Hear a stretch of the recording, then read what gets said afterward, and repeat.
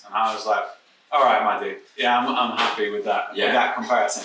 But basically, it's what it is they're kind of, it's almost like looking, you know, when you look at stairs and things go up in stages kind of thing, you know? It's called, and so it's built rhythmically in ascending order. So you'll have kind of, say you're talking about the dinosaur sound that we were discussing earlier.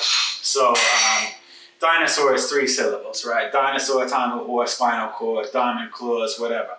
And then if you're looking at that, and then you want to make a 2-syllable version of that same thing, then you would have like I saw, white hawk, cyborg, right? So that would be the 2-syllable version of the dinosaur spinal cord kind of thing, right? But then also, if I was writing a lyric, I'd want to know all the sounds that rhyme with just I, and all the sounds that rhyme with just or, right? So board, chorus, thought, force, all these kind of things, right? Yeah. And so it was how to display them all together so that an MC could bounce between those different patterns and make it work like, almost like a 2-tone drum, you know? And in samba and stuff like that, you get the offbeats. You surprise someone by the change in the rhythm. You dislocate your rhythm, you know, and you make it, you push it offbeat and then bring it back on, kind of thing.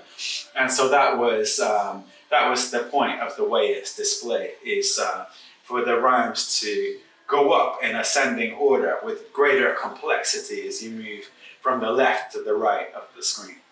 And it was similar with the way the vowel sounds are displayed.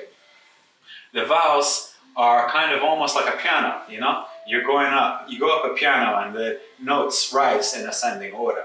And our mouth, when you move your tongue from the bottom of your mouth to the top of your mouth, you get like, when your tongue is flat, you get ah, and then and then and then right? Okay. And so you're effectively creating like a filter inside of your mouth, you know? There is this moving these, and it moves in slow increments like that.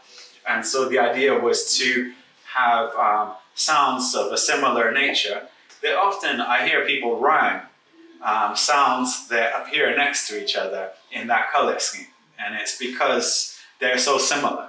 And often when, say, my mom's American, so she says bath, but my dad's English, so he says bath. And bath and bath are right next to each other on that color scheme.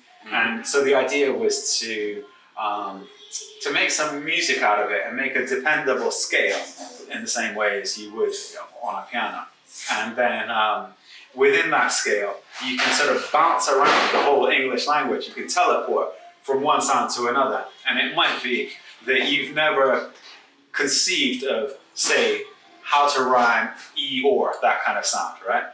But you might find it by mistake, just by pressing the buttons and ending up somewhere nuts, you know, that you haven't anticipated.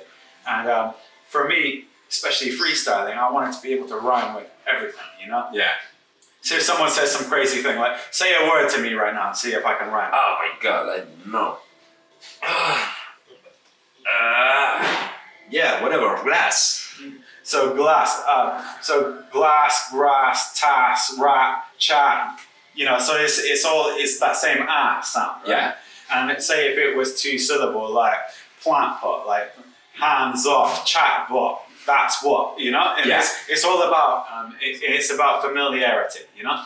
And you watch little babies trying to learn to speak, you know? Yeah. And it's really... They do all at once, and wow!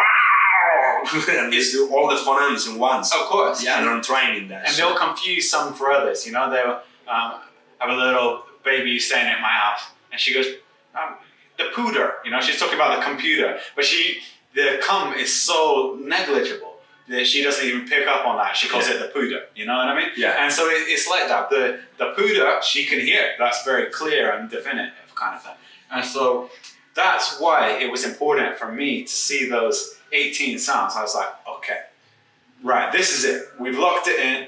This at least I can understand now. This is, we've got a finite number and I can learn what those are and then listen out for them, you know, and categorize them according to that.